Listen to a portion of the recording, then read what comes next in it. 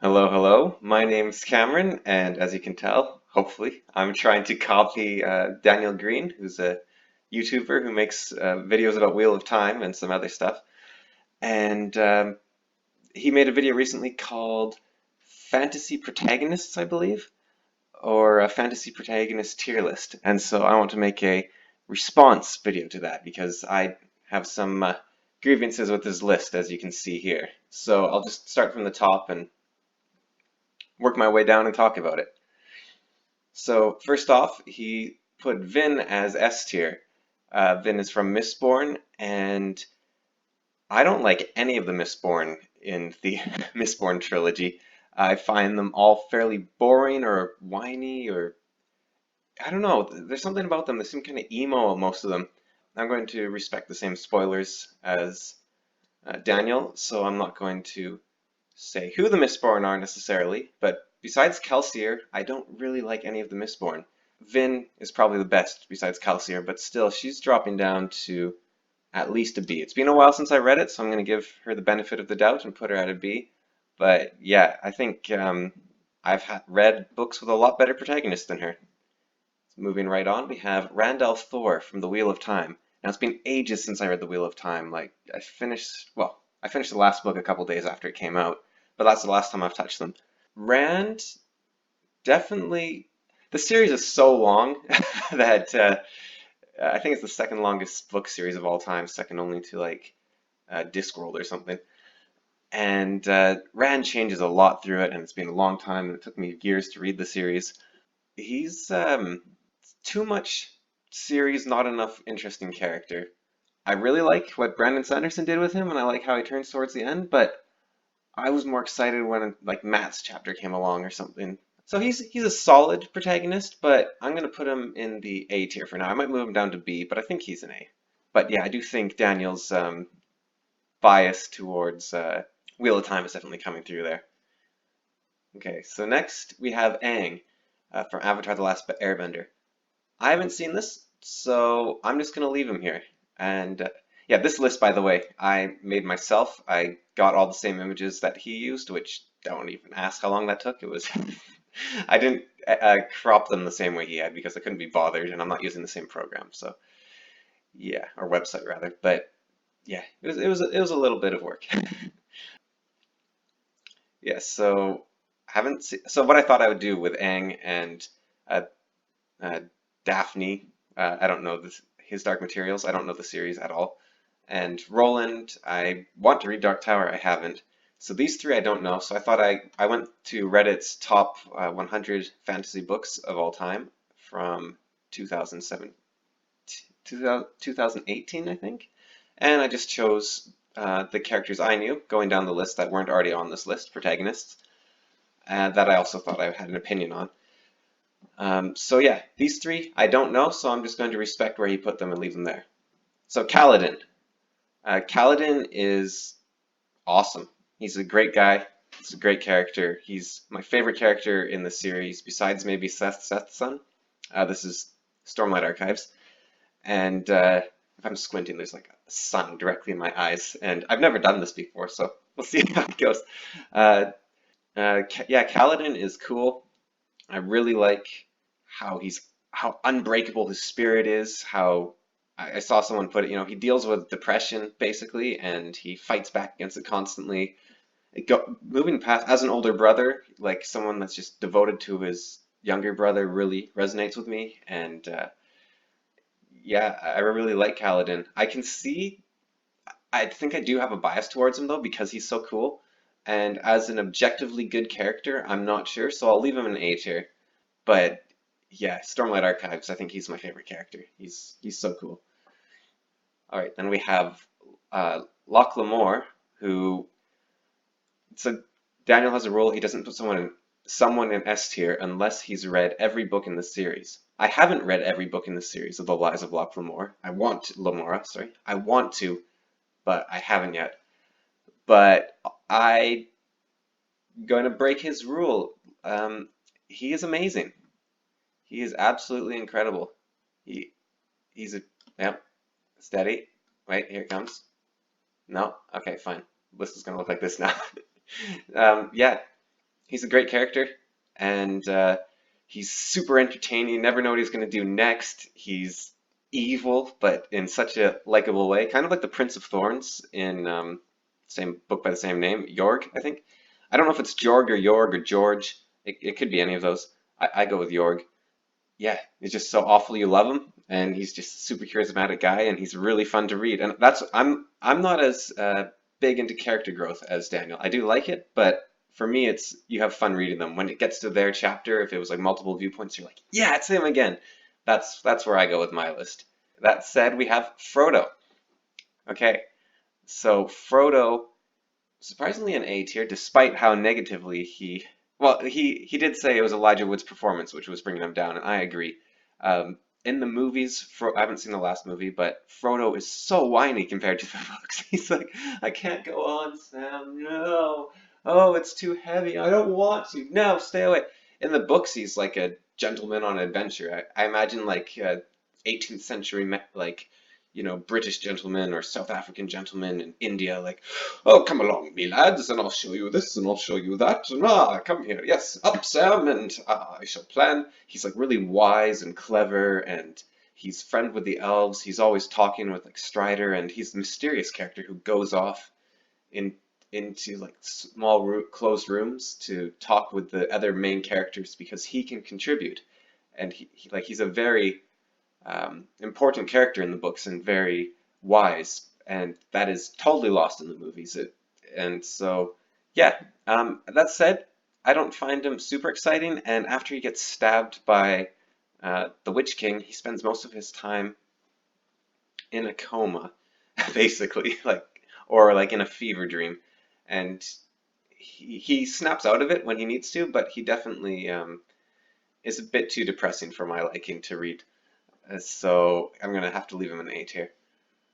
Okay, Harry Potter. So here Daniel didn't like. I think Daniel said he liked the movie character better, which I don't know. Like he says Harry Potter's kind of an everyman, and I disagree entirely. I am not like Harry in the slightest. Like when I read the books the first time, I was like screaming at the books, like, "Don't do that!" Just like in book 3 or 2 or 4, I don't know, 5. And one of them, Dumbledore says to Harry, Harry, if there's anything you need to tell me, anything at all, just say it and I'll help you out. And Harry's like, no, because he's angry at Dumbledore and doesn't trust him. And he doesn't. And I was like, no, you got to talk to him. This is important. There's lives at stake. And there's other points where like he's angry at Sirius or he rushes into things. He's very rash. He's also witty. He's vindictive. He's playful. He's very adventurous. Like he's in Gryffindor for a reason. He's brave. Like he does stuff like running into a woods that's known to kill people. He uh, deals in his first year with a Cerberus and a giant plant, and he flies around at high speeds to catch keys, and he fights Voldemort of all people. He's a character. He is not an empty person at all. I think it might have just been, like I've read the books really recently. Maybe Daniel hasn't. And I think the same could be said for me not liking Vin as much or me not liking Rand as much. It's been a while since I read Mistborn or Wheel of Time, and seeing as those seem to be some of his favorite books, I could see him reading them a lot more recently. And I think Harry Potter might be my favorite book series of all time, so I've definitely read it recently. So try not to let bias get too much ahead of me, but I'm moving Harry up to A tier. Yeah, I love him. But I love the entire world, and I can't separate if that's all because of Harry or just because J.K. Rowling's such an amazing author, and I think it's a bit of both, and I don't think Harry is the be all and end all of the series. So A tier, not S. Okay, then we have this picture. I couldn't tell what it was when he was doing it, but I got it, and it's Harry Dresden, like sort of, it's over his shoulder. He's looking up, like, and he's got a light for some reason. And he says that the Dresden Files are incredibly fun to read, and like Harry is just the most entertaining character, and 80% of the books is Harry's personality, and I agree entirely, which is why it's mad that he put him in B tier. I don't care if Harry doesn't grow, and Harry does grow. Not as much, but he does, as some other series, like Harry Potter, for example. Because Harry does change, like if you read the books back to back, like I just did. Maybe not hugely, but he does. But Harry Dresden, yeah, he's just so fun to read. It's amazing that these are the most readable books I've ever read. I keep rereading them over and over again, and I can just keep doing it. Like they're just so good. It's incredible. So Harry, S tier, definitely one of my favorite characters of all time. Like, he is just so fun to read. Okay, next we have Aragon from Lord of the Rings, and this one is just give me a second. I have like a fear of like my camera not actually being on. Camera is on. All right, nobody panic. Okay. Oops. Okay, so now we have Aragon. Again, Lord of the Rings character getting the short end of the stick. I think maybe like I first read Lord of the Rings when I was 9, and I was sort of meh about it, and I just very recently reread it, and my appreciation for the series has gone way up. That said, there Aragorn, there isn't much to him. Like you don't really get inside his head too often. He's very cool character, very well, Daniel liked him because he's different, like he wants to be king and all that, but I think I don't really remember him wanting to be king, honestly. Like he seems a bit more well, he avoided it for 80 years and he's finally going to take it. And then once he's in the city, he tells them not to say that he's there and he can go out onto the battlefield. That doesn't sound like someone desperate to be king, but he's not reluctant. He'll do the job eventually. He just wants to do some other stuff first, and he realizes the political realities of being a king and then running onto the battlefield, I guess. I said in the podcast I do with my brother that, or did I? Maybe I didn't say this, but Aragon, holy cow, like if you want to know how to if you want a hero to look up to, Aragon is it. Like Gandalf is got a bit of an anger issue. Frodo's a bit of a hobbit. They're pretty boring. They love saying facts that everyone already knows and nodding about it. Aragon is whenever there's a situation and you wonder how to deal with it, he deals with it in the most fair, kind, brave, heroic, courageous ways. Like he's amazing. He's strong. He's like he's like that strong person that's not afraid to cry, but only cries when necessary, not always like a wimp. Like he's not a wimp. He's powerful and he's amazing. And yeah, it's like there's a role model. Like what would Aragon do? Like if you prefer that to Jesus, like Aragon's amazing. He is definitely A tier. If he had more screen time, he might be S, but or well, page time, but yeah, there's just not enough to work with to give him S tier. And I don't find him that entertaining to read about, but I just love the character. Jon Snow. So I haven't seen the TV series, but looking at this image, like, why does he look so whiny? I love him in the books. Like he's whiny. I'm saying whiny a lot. It's the wrong word. Weak maybe, or like I don't know. He looks kind of like me right now, squinting and like sad and dour, and I don't know. Something's off. Like in the books, he seemed like the cool like older stepbrother who was like, I've got a direwolf and I found them and hand them out to my siblings. Hey, he seems really cool. And I'm not getting that from the picture. And all the other pictures I was looking through, he looks identical to this picture. I had a lot of trouble finding this image actually. Also because it's part of a much larger shot. Yeah, I in the books, I think he's kind of cool. Like he's besides Ned, one of my favorite character. Yeah, my favorite character I think until well, Jamie got better and Tyrion really started picking up the pace and everything. But I think Bronn is overall my favorite character, even though he gets so little time. It's just he's just hilarious. But yeah, Jon Snow, I think he's a B, not a he's up there with Vin. He's decent, but he isn't that great, but he is decent. Okay, Quoth. Now, so like Daniel, I'm not the biggest fan of the King Killer Chronicles. I think objectively it's a good series. I think it is the best written books I've ever read, besides A Slow Regard of Silent Things by the same author in the same universe. But holy cow, it is so well written. Apparently, he edits all his books at least 80 times, and it shows. The series is incredible. The word play, there's a poem right at the start. If you read one of the lines and you smush the words together, it actually tells you who Quoth's mother is, which is like this big thing that hasn't been revealed yet, but it's right there in the books. Like there's hints to stuff everywhere, and it's amazing, and it's so clever. and it's just a kind of kid goes to school and generic sort of meh world, and Quoth is really unlikable actually. Like there's a part where a kid is talking about rape or something, and it's a dark topic, and the kid is not treating it as such, and Quoth breaks his arm.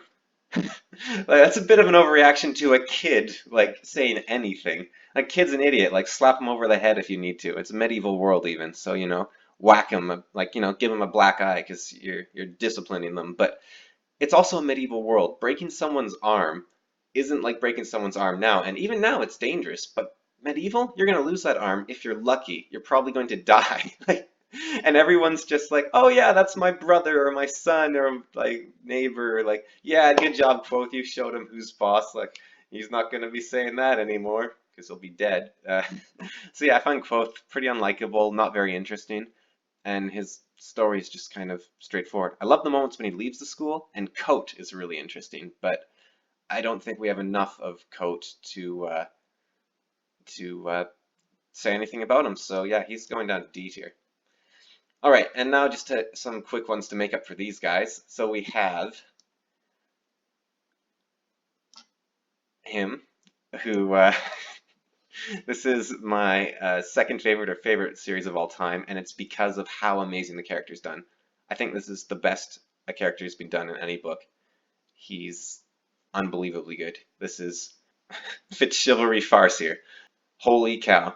You follow him from 5 years old to the day of death, over 9 books at least. You go through like every week of his life basically, and this is the closest it could get to being able to be two people at once. Like anyone that's read the series is also Fitz.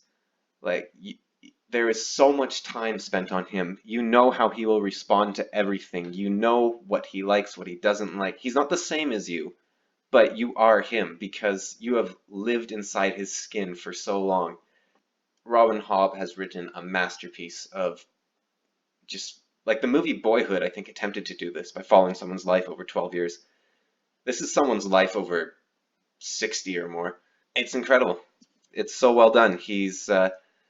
You see him meet friends when he's a kid. The friends grow up and die, and then he makes new friends in the world. Like I talk about in the podcast, a point where he finds when he's 60 a campsite in the mountains, and he's like, working away and lighting a fire and stuff. And you realize as the reader, this is a campsite he visited 40 years before, if not earlier, with his master, who is long gone by this point. And it's just incredible. You're like, this world is so old. Like he has written the history himself and he's visited it back, and it's amazing. Absolutely amazing. It's such a good series. I didn't like the last book's ending, but if you just don't read the last couple chapters or or you just accept them for what they are, amazing, well worth the read. Go read it. And yeah, best character ever, definitely. Okay, now I have Hadrian Blackwater here from the Rhaenyra Chronicles. And this one's weird. I chose it because it was in the top 100. This is one of my favorite books of all time, or series. After the moment I finished the series, I couldn't remember anything from it. It's so weird. I don't know why. I don't know if it's me or if the series is forgettable or strange. I remember really liking it. It's one of my favorite series ever, and I was very sad when I was done and I was desperate for more. But yeah, it just faded. So like I love like Hadrian's so cool. He's an amazing sword fighter.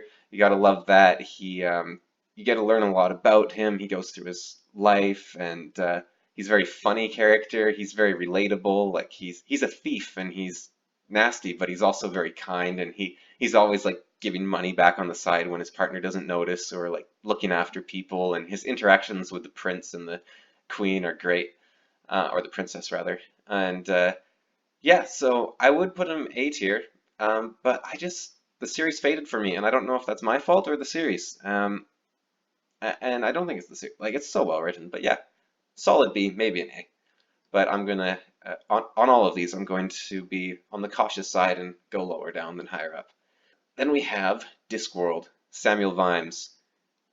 He's an S tier. He is hilarious. He's Terry Pratchett at his best. I think he's Terry Pratchett's favorite character, possibly. He loves writing these amazing characters that he's basically a police officer from a noir detective film or something, and there's just great moments where like a demon invades his head and fighting like a mental battle and it creates like a cityscape and he's trudging around the city and he's all beat up like you can see in the picture and smoking and he's you're in my town, get out. And he's just this gravelly hardcore character who's very fun, very enjoyable, very clever, very strong. He goes through these crazy things like he's a noble who doesn't want to be a noble.